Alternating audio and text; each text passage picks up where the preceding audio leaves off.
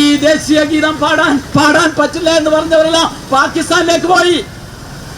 മുസ്ലിം league നേതൃത്വത്തോട് ഞാൻ ചോദിക്കട്ടെ, നിങ്ങളെ കുറിച്ച് നമ്മുടെ നാട്ടിൽ കോൺഗ്രസ്സുകാർ പറഞ്ഞത് ഇത് പാകിസ്ഥാൻ ലീഗല്ല, കൊടി പേര് ഒക്കെ പാകിസ്ഥാൻ ലീഗിന്റെ ജിന്നയുടെ ലീഗിന്റെ രൂപവും സ്വഭാവമാണെങ്കിലും ഇത് വളരെ മതേതരത്വമുള്ള പാർട്ടിയാണ് എന്നായിരുന്നു കോൺഗ്രസ്സുകാർ പറഞ്ഞു നടക്കുന്നത്.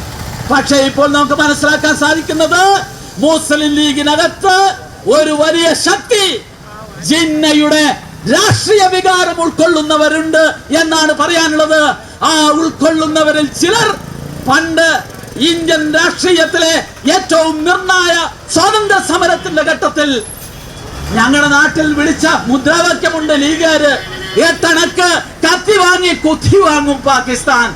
അങ്ങനെ വിളിച്ച ആളുകളുടെ പിന്മുറക്കാരാണ് ഇന്ന് വന്ദേ മാതരത്തെ എതിർക്കുന്ന മുസ്ലിം ലീഗുകാർ. ആ മുസ്ലിം ലീഗുകാരുടെ ഈ ദേശവിരുദ്ധ രാഷ്ട്രീയത്തിനെതിരായിട്ടുള്ള ഏറ്റവും ശക്തമായ പ്രതിഷേധം നമ്മുടെ രാജ്യത്ത് നുരഞ്ഞു പൊന്തുന്നുണ്ട്. നമ്മുടെ പ്രിയങ്ക ഗാന്ധിക്ക് ലീഗിനെ എതിർക്കാൻ പറ്റില്ല, രാഹുൽ ഗാന്ധിക്ക് എതിർക്കാൻ പറ്റില്ല. കാരണം അവർക്ക് MP ആവണമെങ്കിൽ ഈ പച്ചക്കൊടിയുടെ സഹായം വേണം, ഈ മുസ്ലിം ലീഗിന്റെ സഹായം വേണം.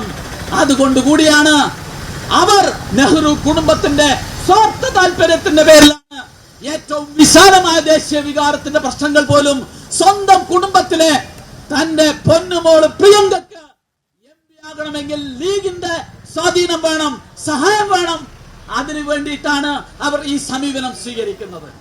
അതുകൊണ്ട് നമ്മുടെ രാജ്യത്തെ മഹാഭൂരിപക്ഷം ജനങ്ങളും ആഗ്രഹിക്കുന്ന ഏറ്റവും വൈകാരികമായ പ്രശ്നത്തെ വളരെ സങ്കുചിത രാഷ്ട്രീയത്തിന്റെ പേരിൽ കാണുകയാണ്. ഇവിടെ ചിലർ പറയുന്നത് മുസ്ലിങ്ങളുടെ മതവിശ്വാസത്തിനെതിരാണ്. അങ്ങനെ പറയുന്നവരോട് എനിക്ക് പറയാനുള്ളത്, വന്ദേ മാതരം ഗീതം നിങ്ങൾക്ക് യൂട്യൂബിൽ പോയാൽ അതിന് മുഴുവൻ പരിഭാഷയും കിട്ടും. ഓരോ വരികളുടെ അർത്ഥം നിങ്ങൾ നോക്കണം. എത്ര മനോഹരമായ കവിതയാണ് ബങ്കിങ് ജി എഴുതിയിട്ടുള്ളത്.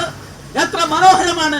ഇന്ത്യയുടെ മലകളെ കുറിച്ച്, നദികളെ കുറിച്ച്, പച്ചപ്പിനെ കുറിച്ച്, രാത്രിയിൽ വരുന്ന നിലാവിനെ കുറിച്ച് മാത്രമല്ല, സ്വന്തം ഭാരതാംബയെ ഏറ്റവും മനോഹരമായ ഉപമകൾ കൊണ്ട് ഏറ്റവും വൈകാരികമായ ദേശവികാരം നമ്മുടെ മനസ്സിൽ ഉയർത്തുന്ന ഒരു മഹാഗീതമാണ്. ആ ഗീതം എങ്ങനെയാണ് മതവിശ്വാസത്തിനെതിരായ? ഞാൻ പറഞ്ഞല്ലോ, പരിശുദ്ധ ഖുർആൻ മനഃപ്പാഠമാക്കി അബുൽ കലാം ആസാദ് പാടി നടന്നിട്ടുള്ള ഒരു ഗീതമാണ്. എന്തിനേറെ പറയുന്നു, മുസ്ലിങ്ങളുടെ മതവിശ്വാസം അനുസരിച്ച് പരിശോധിക്കുകയാണെങ്കിൽ മുസ്ലിങ്ങളുടെ മതവിശ്വാസത്തിന്റെ പ്രമാണം എന്ന് പറയുന്നത് ഈമാൻ കാര്യമാണ്. അത് 6 എണ്ണമാണ്. അതിലൊന്നെന്താണെന്നറിയോ? എല്ലാ പ്രവാചകരിലും എല്ലാ മലക്കുകളിലും വിശ്വസിക്കണമെന്നാണ്. വേണമെങ്കിൽ നമ്മുടെ ദുർഗയെയും അതുപോലെ തന്നെ സരസ്വതിയെയും ലക്ഷ്മിയെയും ഈ അമ്പ്യ മുസ്ലിങ്ങളിൽ പെടുത്തി വിശ്വസിക്കുന്നതിൽ പോലും ഈ നാട്ടിലെ വിശാല മനസ്സുള്ള മുസ്ലിമീങ്ങൾക്ക് യാതൊരു പ്രശ്നമില്ല.